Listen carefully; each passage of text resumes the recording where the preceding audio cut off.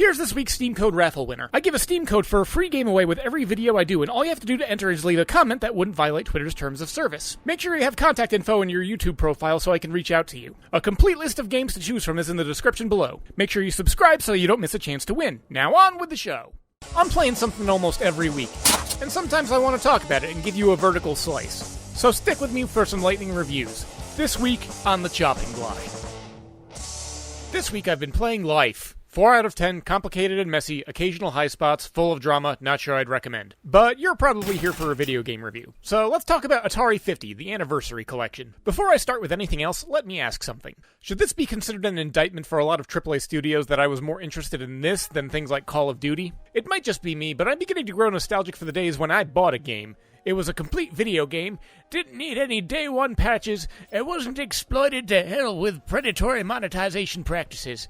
I remember when things like cheat codes, hidden bonuses, and cosmetic adjustments were features to be unlocked rather than paid for. Wait, what was I talking about? Oh yeah, Atari.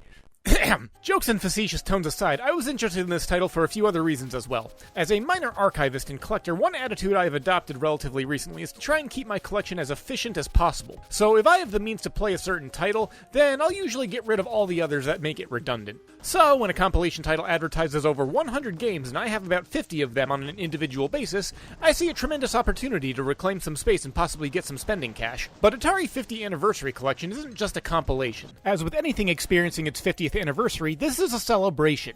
And I'm sure some out there are going to feel attacked by the acknowledgement that with the creation of things like Space Wars and Pong, Atari is now officially 50 years old. In 11 years, Mario will be 50. Now, I have to level with you for something. I will fully acknowledge their importance and history as the foundation of the medium that I'm talking about and hundreds of millions, if not billions of people engage in every day. But it has to be said.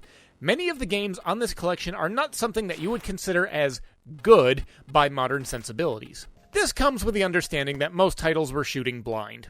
There were no game design fundamentals, there were no tried and true methods, there was nothing to reference, so almost every single video game that was made was completely new and experimental, and the technology being utilized at the time was restrictive. For the record, if you were to compile the data for every single Atari 2600 game ever produced, which had a maximum data size of 4 kilobytes, that data would be smaller than this JPEG.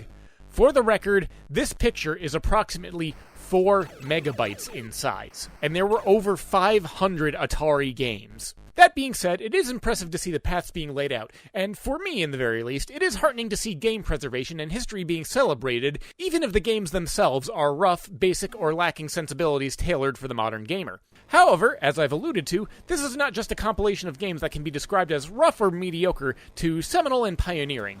In addition to the titles, this game features a menu that takes the form of a historical timeline that you can dive into in order to look at schematics, advertisements, commercials, and even miniature documentaries recounting various stages in the development of Atari's games, arcade technology, and consoles. Speaking of consoles, it's also worth noting that this is one of the first compilations that features more than just a medley of 2600 and arcade games. It also features 5200, 7800, Atari 800 PC titles, and even a smattering of Atari Lynx and Jaguar games.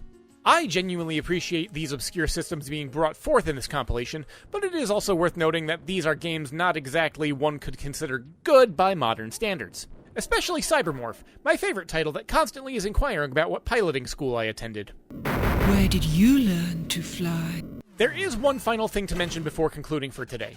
Some of the main attractions for this title are a handful of games that have been tweaked, adjusted, or rebuilt from the ground up in order to be far more palatable for modern players. These were genuinely interesting. I had fun playing them, and I'm probably going to sink a little bit more time into them, which is good, because there are some games that have to be unlocked, and the only way to do so appears to be diving into these modern reinterpretations. After being admittedly spoiled by so many games that can be seen as overly complex to the outsider, I can see why these games were so popular back in the day. The base-level concepts that they established early on in simplistic gameplay allow for a simple-minded fun that can be rather difficult to find in modern gaming. If you're the kind of individual that would enjoy watching things like High Score on Netflix, and would in the very least like to hold onto this collection whenever you hear something foundational in gaming brought up, and you want to try it out to gain some perspective, I can heartily recommend this title. Most others just looking for something fun to play might find a little something here, but honestly it's hard to recommend.